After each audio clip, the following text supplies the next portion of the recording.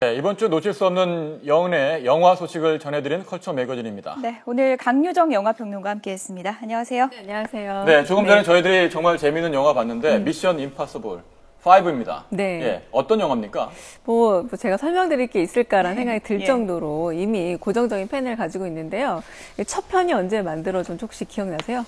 좀 된 것 같은데 정확히 기억이 안 나네요. 96년입니다. 96년이요? 한국 나이로 쳐서 이제 딱 20살이 되는 나이고요. 이제 성년이 된 건데 그동안 5편이 나왔고 그 스파이 영화 하면은 가장 떠오르는 게 007이잖아요. 그렇죠. 거기서 최장수로 그 스파이 역할, 제임스 본드 역할을 한 게 겨우 12년이에요. 그런데 탕 크루즈가 20년을 혼자 이렇게 주연을 한다는 건 사실 대단한 일이기도 합니다. 그만큼 동안을 오랫동안 유지하고 있다는 얘기도 되겠네요. 얼마나 노력을 할까라는 생각이 듭니다. 네. 이번엔 부제가 로그네이션이던데요. 이게 무슨 의미인가요? 이 로그가 악당이라는 뜻이에요. 그렇군요. 악당들의 나라라고 할 수 악당들의 있겠고요. 나라. 네, 맞습니다. 약간 짐작이 되실 거예요. 신디케이트라는 악당들의 나라가 만들어지고 이들이 짐작이 잘 안 되는 겁니다. 그래서 이 이단이 주인공이 그들의 실체를 밝혀내고 한편으로는 지금 그 IMF라고 불리거든요. 똑같은 IMF지만 그 IMF는 아닙니다. 그러니까 말 그대로 불가능한 미션을 한 이 IMF를 CIA에서 없애려고 하는데 신디케이트를 찾아내면서 IMF를 지키고자 하는 탕 크루즈 이단의 노력이 돋보이는 영화입니다. 예, 뭐 화려한 액션씬 그리고 뭐 톰 아저씨로 불리는 톰 크루즈 등장하니까 국내 팬들 많지 않습니까? 예, 관심이 가는데요. 자, 이번 미션 임파서블 보면서 이 점은 꼭 한번 챙겨야 되겠다. 결정적인 포인트를 하나하나 짚어보도록 하겠습니다. 첫 번째 포인트 한번 짚어볼까요? 네, 그건 바로 굉장한 액션, 말 그대로 미션 임파서블, 불가능한 액션이라고 할 수 있겠는데요.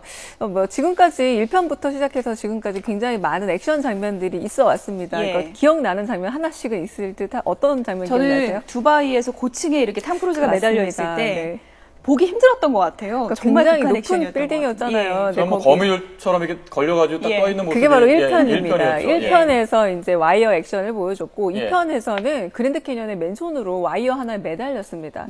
그리고 아까 말씀드렸다시피 이렇게 두바이에서는 모래 폭풍과 한편으로 굉장히 높은 빌딩에 매달린 장면 보여줬는데 이번에도 실제로 이륙 중인 비행기에 탕 크루즈가 직접 몸으로 매달려요.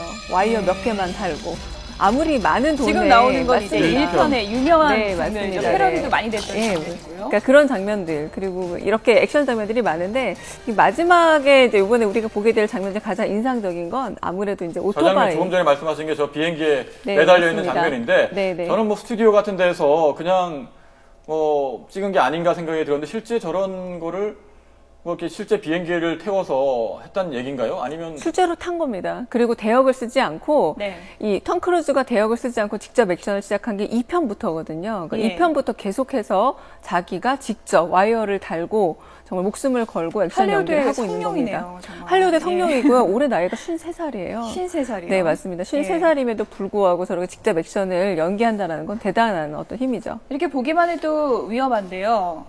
아무래도 저런 거 대역 없이 찍다 보면 많이 좀 다치기도 할 것 같은데요? 많이 다치기도 하지만, 그러니까 제가 아까 잠깐 궁금한 게 탕 크루즈의 자기관리가 어떻게 될까 정말 궁금한 게 사실은 이제 동안만 유지하는 게 아니라 저렇게 체력 관리까지 하고 있다는데 사람들 요즘에 내기처럼 하고 있어요. 과연 몇 편까지 찍을 수 있을 것인가. 지금도 일단 최장수 정보원으로 역할을 하고 있는데 앞으로가 더 기대되고 있죠. 자, 뭐 미션 임파서블 재미있는 영화인데 두 번째 결정적 관람 포인트를 알아볼까요? 네, 그 화려한 팀워크라고 할 수 있겠습니다. 네. 지금 조금 전에 친절한 톰 아저씨, 그러니까 53살 말씀하셨는데 우리 나이로 54살이 되는 거죠. 그런데 뭐 50대면 보통 액션 영화 저는 못할 것 같아요. 절대 못할 것 같은데. 최근에 그 터미네이터 같은 영화에서도 물론 슈왈제네거가 60이 넘은 나이 이제 사실은 거의 70 가까운 나이에 연기를 하긴 했습니다만 실제로 액션을 연기하느냐 얼마나 아주 강도 높은 액션을 연기하느냐가 지금 톰 크루즈 모습이 나오고 있는데 우리나라를 되게 좋아하나 봐요. 되게 자주 오죠. 이 톰 아저씨라고 불리는 이유가 이름이 쉬워서도 있지만 사실은 팬 사인을 할 때라던가 일일이 허그를 다 해주고 사인을 다 받아주고 또 사진 촬영에도 일일이 응하는 모습이 여느 헐리우드 배우들하고는 좀 달랐던 겁니다. 가령 한국의 팬들이 굉장히 좀 속상했던 이유가 뭐가 있었냐면 어벤져스 팀 같은 경우에 우리나라를 경유하지 않고 중국으로 간다거나 이랬을 때 일본으로 그냥 가거나 이런 거 속상해하는데 톰 크루즈는 이번에도 내한을 합니다.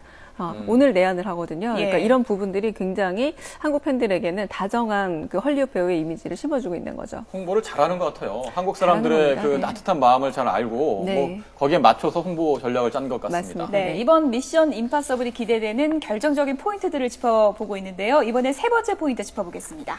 네, 마지막 포인트가 이제 바로 어떤 점에서는 볼거리라고 할 수 있을 텐데요. 네. 아까 방금 말씀하셨던 그 두바이 높은 빌딩이랄지 그랜드 캐년이랄지 꼭 아름다운 장소에서 액션이 펼쳐지는데 이번에 굉장히 다양합니다. 이번에 어디로 가나요? 오스트리아 빈에서 투란도트라는 오페라를 관람하실 수도 있고요.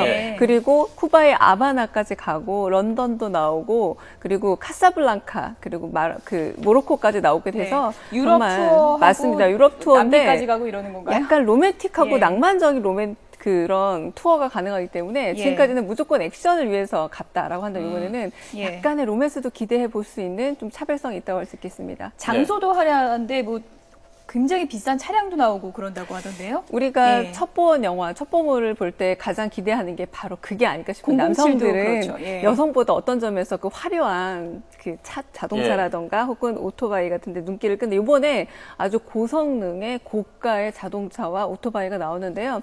지금까지 나왔던 것과 좀 달라지는 게 바로 이 오토바이 액션이 약 5분간 펼쳐지는데 굉장한 매력을 가지고 펼쳐집니다. 특히 여성 주인공이 오토바이 얼마나 잘 타는지 한번 보시는 것도 관람 포인트가 될 듯합니다. 지금까지 액션과 조금 달라진 포인트가 있다면 어떤 부분이 있을까요? 제가 방금 말씀드린 그 여성의 액션이 굉장히 강조가 되고 있는데 우아한 액션을 보여줍니다. 우리에게 아직은 낯설은 영국 배우입니다. 근데 여기서 출연해서 정말 와, 어쩜 저렇게 묘기처럼 탈까라는 생각이 들 정도. 그리고 극 중에서 이단이 그녀에게 약간 반해서 마음이 흔들리는 모습까지 보여주는데 그런 낭만적 액션이 지금까지와는 좀 다르다고 할 수 있겠습니다. 지금 뭐 저기 평론가님이 포인트를 잡아주셨는데 별 셋 반 맞습니다. 잡아주신 것 같아요. 네.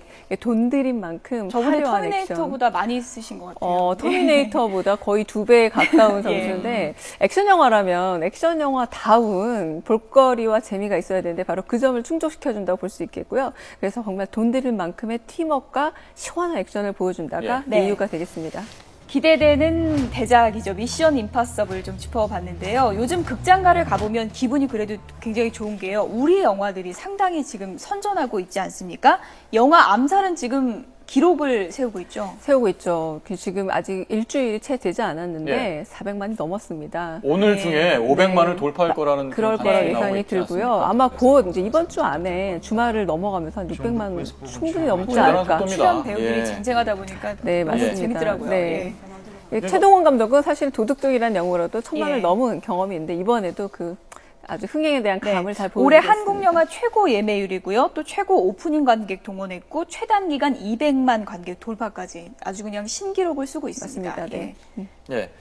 뭐 왜 이렇게 많은 관객이 몰리는 걸까요? 일단은 배우들 보자면요. 전지현 씨, 이정재 씨, 뭐 이경영 씨, 그리고 뭐 조진웅 씨, 그리고 카메오로 등장하는데 이제는 숨길 필요가 없어졌죠. 조승우 씨까지 카메오로 등장을 합니다. 그들이 나름 굉장한 액션을 보여주기도 하고 한편으로는 경성시대인데 실제 우리 역사와 맞닿는 일제강점기 이야기다 보니까 좀 속으로 좀 불끈하는 어떤 그런 심정까지 자극을 해서 좀 지금까지 영화와 달리 의미도 있고 액션도 있는 영화로 한국 관객들에게 사랑받고 이런 흥행 속도면 1000만 관객 돌파할 수 있을까요? 넘을 듯합니다. 넘을 것 같다. 네. 물론 미션 임파서블과 다음 주 개봉하는 베테랑이라는 영화가 좀 복병으로 깔려 있긴 합니다만 1000만 관객은 무난하지 않을까 한번 짐작을 해봅니다. 기록이 언제 깨질지 한번 지켜봐야 될 것 같습니다. 한국 영화 잘 나가는 영화 중에 요즘에 좀 핵심적인 단어가 좀 애국심이 아닐까 싶어요. 지금 암살도 짚어봤지만 연평해전도 상당히 선전하고 있지 않습니까? 비록 시간적으로는 한 100년 정도 시간이 흘렀지만 이 둘의 주인공의 공통점이 뭐냐면 나라를 위해서 초계와 같이 목숨을 버렸다는 공통점이 있는데 이걸 보면서 우리가 저 당시에 태어나지 않았던 게 오히려 감사할 정도로 일제강점기 그런 항일전선에 굉장히 감사를 표하기도 하고 연평해전을 보면서도 그 젊은이들의 희생을 보면서 어쩌면 이런 희생 덕분에 우리가 편안함을 누릴 수 있겠구나라는 정말 좀 이전과 다른 약간 애국심에 대한 반응들이 있다는 게 좀 특이하다고 할 수 있겠습니다. 일종의 전쟁 영화인데 이렇게 600만 넘는 게 쉬운 게 아니죠. 게다가 이 전쟁 영화 하면 우리에게는 한국 전쟁처럼 60년, 50년 전의 전쟁인데 사실 좀 근 과거이기 때문에 좀 다른 의미라고 할 수 있겠습니다. 한 가지 뭐 흥미로운 것은 젊은이들이 이런 애국심이 표출되는 그런 많은 영화들에 대해서 관심을 기울인다는 건데 연평해전 같은 경우에도 젊은 여성들이 많이 몰린다고요. 예. 연평해전도 그렇고요. 아무래도 이제 암살 같은 경우도 이제 항일이면 한 100년 전임에도 불구하고 전지현 씨가 거의 여성 주인공으로 활동하고 있고 젊은 여성 관객들이 그 부분에도 이제 호응을 하고 있기 때문에 예. 확실히 지금은 여성 관객들의 마음을 움직이는 게 흥행에 굉장히 큰 어떤 힘을 갖는다고 할 수 있겠습니다. 네, 이렇게 국내 영화가 선전하고 참 기분 좋은 일인데요. 앞서서 미션 임파서블도 이제 개봉하고요. 할리우드 대작들 좀 몰려오면 지장이 좀 있지 않을까 좀 약간의 우려가 되긴 예. 합니다. 하지만 어떤 점에서는 그 같은 체급끼리 아주 힘을 겨루면서 성장해 나가고 면역력이 키워지는 것처럼 네. 오히려 이번 주보다 다음 주 베테랑과 미션 임파서블과 같이 맞붙은 한국 영화계가 어떻게 돌변하고 혹은 바뀔지가 굉장히 관전 포인트가 되고 있습니다. 네. 평론가님께 좀 까다로운 질문 될 것 같은데 지금 오늘 세 가지 영화 이야기했지 않습니까? 미션 임파서블, 암살, 그리고 연평해전 이 세 영화 가운데 가장 좋은 영화 하나를 꼽아주신다면 뭐가 진짜 될까요? 어려운 질문. 저는 어렵습니까? 네, 어렵지만 말씀드렸으면 암살이 가장 재미있었고요. 예. 왜냐하면 의미도 있고 그리고 옳기도 하면서 재미도 있었기 때문에 재미만 있는 영화보다는 의미도 있는 영화 어떨까라는 생각도 듭니다. 천만 돌파할 것 같네요. 한국 영화 보면서 나라 사랑도 또 챙기고 네. 굉장히 좀 좋은 일인 것 같습니다. 지금까지 강유정 영화평론가였습니다. 고맙습니다. 네, 감사합니다.